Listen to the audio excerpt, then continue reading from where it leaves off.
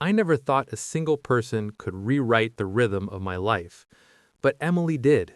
And now, I'm left wondering if love was ever supposed to hurt this much. That's why I'm telling this story, because maybe, just maybe, you'll understand something I still can't. And maybe you'll tell me what you would have done if you were me. It all began in the most ordinary way. I was just another guy at work, going through the motions. My name is Daniel, and until that point, my life had been simple, maybe even boring. I kept my head down, did my job, and didn't expect much else. Emily was always around, always kind, always smiling in that effortless way. But we barely spoke. A polite hello in the hallway, a quick nod when leaving the office. Nothing that hinted at the storm she would one day bring into my heart. For almost a year, we were strangers who simply shared the same space. And then came the Christmas party. The music was loud, the drinks were flowing, and laughter filled every corner. I wasn't planning to stay long, but Emily started talking to me. Her voice was softer than the noise around us, but somehow it cut through everything. That night, I heard her laugh for the first time. Not the polite laugh at someone's bad joke, but the real one, the kind that makes you want to hear it again and again, no matter what. We talked for hours, discovering coincidences that felt impossible. Her sister was studying in the same city as my brother. She loved the same music I grew up listening to. The more we talked, the smaller the world felt. When I walked home that night, I realized I was smiling without even knowing it. From that evening on, we began running into each other more often. At first, I thought it was chance, but soon I realized I was looking forward to those moments. Our walks home stretched longer. We filled them with stories about our families, dreams, fears, and little details that no one else cared about. Sometimes we just walked in silence, but even that felt natural. One evening, she invited me to dinner with her friends. That was the first time I stepped into her world. Her best friends were warm, funny, and immediately began teasing me. They asked if I had a girlfriend, and I panicked. For reasons I can't explain, I said yes. It wasn't true, but in that moment, I was afraid of showing my heart too soon. That stupid lie almost cost me everything. Emily grew quiet that night, more distant. I walked home with a heavy feeling in my chest, thinking I had ruined my chance before it had even begun. But fate gave me another shot. A week later, she asked if I wanted to grab coffee. This time, I said yes without hesitation. I'll never forget that evening. We sat in a little cafe tucked away on a quiet street, the kind of place where time seems to slow down. We laughed more than I thought possible. I told her stories I hadn't shared with anyone else. She looked at me with eyes that made me feel seen in a way I never had before. On the walk home, I confessed the truth. I told her I didn't have a girlfriend, that I had lied because I was scared. She laughed, shook her head, and said, "You're ridiculous, Daniel." But then she smiled in that way that forgave me instantly. That night, we kept texting each other until the sky began to brighten. At some point, she invited me over, saying she wasn't tired yet. We stayed up talking, sharing secrets, and for the first time, I kissed her. That kiss felt like the beginning of something I had been waiting for my whole life. It was soft, hesitant, but real. I didn't know it then, but that kiss would change everything. The very next day, my phone buzzed. It was a call from my ex, Lisa. She suddenly wanted me back, saying she had made a mistake. But for me, there was no question. I told her I had already met someone new. That someone new was Emily. From that moment, it was as if the world finally made sense. Emily and I were inseparable. We lived just a few steps away from each other, and it felt like the universe had planned it that way. We shared everything: meals, long walks, inside jokes. I had never felt so deeply connected to anyone.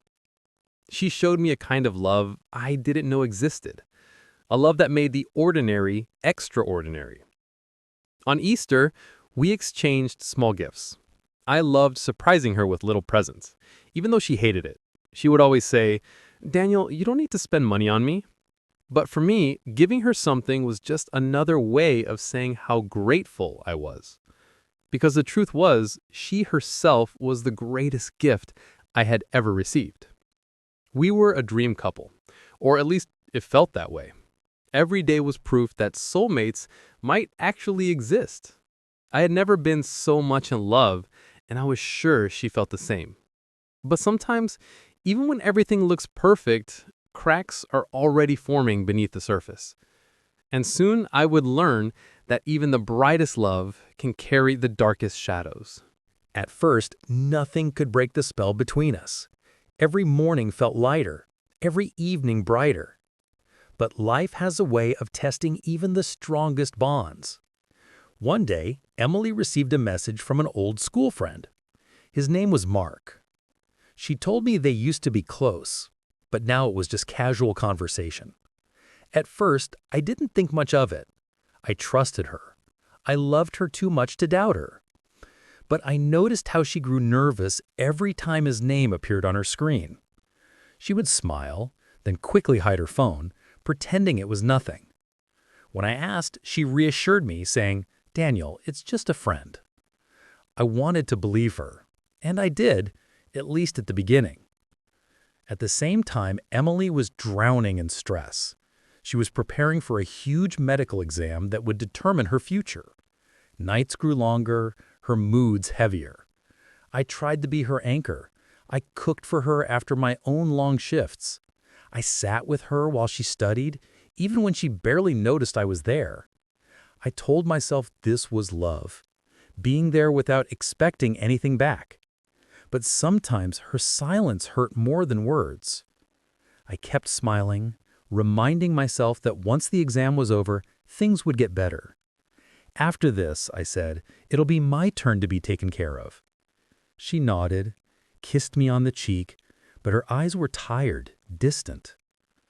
Then came her high school reunion. She traveled back to her hometown for a few days. When she returned, she was different. She cried without warning, telling me she didn't feel good enough for me. She said she felt more at home in her country than here, by my side. I held her close, whispering that stress was playing tricks on her mind, but deep inside, fear was beginning to grow. Apparently, during her trip, Mark had asked why she wasn't writing to him anymore. She told him it was nothing, that life had just gotten busy. But I couldn't shake the thought of him. Why was he always there, just beneath the surface of our story? One night, Emily confessed she might need a break to clear her head. Her words cut deeper than she realized. She told me her worst fear was losing me. She called me her soulmate, the great love of her life, and yet she still said she needed space. I kissed her, told her we would be fine, but my chest felt heavy with doubt. The day of her exam finally arrived. Coincidentally, it was also the day my fasting ended, a day that usually felt like Christmas to me. I imagined us celebrating together, finally breathing freely after all the stress. But instead, something unexpected happened. Right after the exam, she got a call. It was Mark. He told her he was in town, passing through on his way to Germany, and he wanted to see her. Emily looked at me with guilty eyes. She hadn't told him he had a boyfriend. She said she didn't want to hurt his feelings. I was stunned. That day was supposed to be ours, a symbol of everything we had endured together. Instead, she was preparing to meet another man. Before leaving, she kissed me and introduced me to him briefly, in her language, calling me her boyfriend. I didn't even understand the words at first. And then she left with him. I sat alone, my stomach twisting in ways I can't describe. Minutes turned into an hour. She sent me a message saying everything was fine, that she would be back soon. But I couldn't understand why she needed to go with him at all. Why that day of all days? Anger and disappointment boiled inside me. I texted her things I wish I hadn't. I told her I felt dead inside, that I didn't know how to handle this betrayal. Later that night, she came back, eyes swollen from tears. We had our first real fight. Neither of us could agree. She said it was innocent, that it was a mistake not to tell him the truth earlier. I said she had ruined the most important day for us. For days afterwards, we cried, separately and together. Emily admitted she had made a mistake. She said she should have been more honest with both me and Mark. But the damage was already done. Not long after, she told me we should take a break. Her words shattered me. At work, she said I looked like someone had died. And then away, it felt like something had. I stopped eating, sleeping, even drinking water properly. I lost weight without realizing it. After a week and a half, she came back. She said she still wanted to be with me, but we had to take things slower. I agreed immediately, desperate not to lose her completely. We even traveled to Spain together, hoping a change of scenery would heal the cracks, but the distance between us followed. In Spain, we laughed, we explored, we smiled for photos, but at night when we were alone, the silence was unbearable. She admitted she couldn't give me the same love she once did. I pretended not to care, telling her time would fix everything. But my heart knew the truth. We weren't the same anymore. Still, I fought for her. On her birthday, I planned everything perfectly. I surprised her with gifts, with little notes, with a dinner that made her cry from happiness. She hugged me, whispering how grateful she was to have me. For a moment, I believed we were healing. For a moment, I believed the dream was alive again. But shadows never disappeared just because you ignore them. And soon the darkness returned. Just when I thought we were healing, life delivered another blow. Emily's close friend lost her mother back in her hometown. That tragedy made Emily think about how short life is, how fragile relationships can be. She told me she wanted to reconnect with Mark again, not because she loved him, she said, but because she didn't want to lose him as a friend. Her words hit me like ice. I wanted to scream, to beg, to demand that she stop. But instead, I nodded, pretending to understand. She said I gave her too much, that my constant love and attention didn't allow her to miss me. So I stepped back, trying to give her space, even though every cell in my body wanted to hold on tighter. When I returned from a short trip to Germany, I found her sad, distant, again. We talked about her unhappiness, and I asked a question that had haunted me for weeks. Am I the reason you're unhappy? She shook her head. No, Daniel, you're not the reason. If anything, you're the only reason I'm holding on. But then she whispered something that shattered me.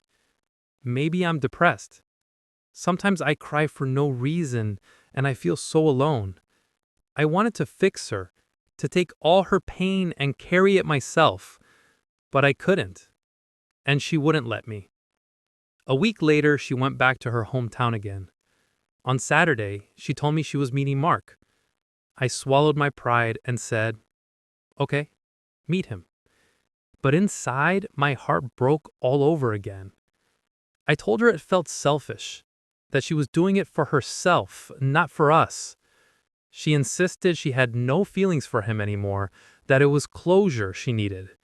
Still, her words burned me. That night, I couldn't sleep. I stared at my phone, waiting for a message that never came. The silence between us felt louder than any fight we'd ever had. When she returned the next day, I went to the airport with flowers. She smiled, kissed me, said I looked handsome. For a moment, I thought we were okay. But as soon as we got home, she asked to talk. Her voice trembled, and my heart already knew what was coming. She said, Daniel, you're perfect. You're handsome, intelligent, romantic, the perfect boyfriend. But I can't make you happy, and you shouldn't settle for less than you deserve. I tried to fight back, to tell her that she was all I wanted, But deep down, I saw it in her eyes. Her love for me had faded. The girl who once called me her soulmate, her great love, was letting me go. She said maybe, someday, we could meet for coffee as friends. Her words felt like knives. I didn't want coffee. I wanted her. I wanted us. Days turned into weeks. At work, we only exchanged sad glances. Sometimes she tried to make small talk, but I couldn't do it. It hurt too much. I avoided her, even when all I wanted was to run into her arms. Once I even went in early to work just to cover something she had never done before. I didn't tell her. I didn't want recognition. I just wanted her life to be a little easier. When she thanked me, I just nodded, holding back everything I still wanted to say. Nights became unbearable. I cried until my body ached. I stopped eating, stopped sleeping, stopped living the way I used to. I tried everything to forget, but nothing worked. She was everywhere. In my mind, in my chest, in the silence of my apartment. I wrote her a letter. I poured out every thought, every fear, every hope. I told her that I would wait, that I wanted her to find happiness even if it wasn't with me. I promised her I would always be there if she needed me. Then I folded the letter and left it for her. Now, weeks later, I'm still lost. Emily walked past me at work, her face calm, her emotions hidden. She has always been strong at hiding what she feels. Anger, sadness, regret. She can bury it all behind the mask. But I can't. I wear my heart on my sleeve, broken and exposed. She once told me, "You did everything right, Daniel. It's not you. It's me." But if that's true, why does it hurt so much? Why do I feel like I wasn't enough? Why do I still wake up hoping that one day she'll come back? I don't have the answers. All I know is that I loved her more than I've ever loved anyone. And maybe that's the problem. Maybe love that deep was never meant to last. So I'm asking you now, what would you do in my place? Would you wait for someone who may never return? Would you hold on to hope? Or would you let go completely? Because I don't know anymore. All I know is that she was my great love, and losing her feels like losing a part of myself I'll never get back.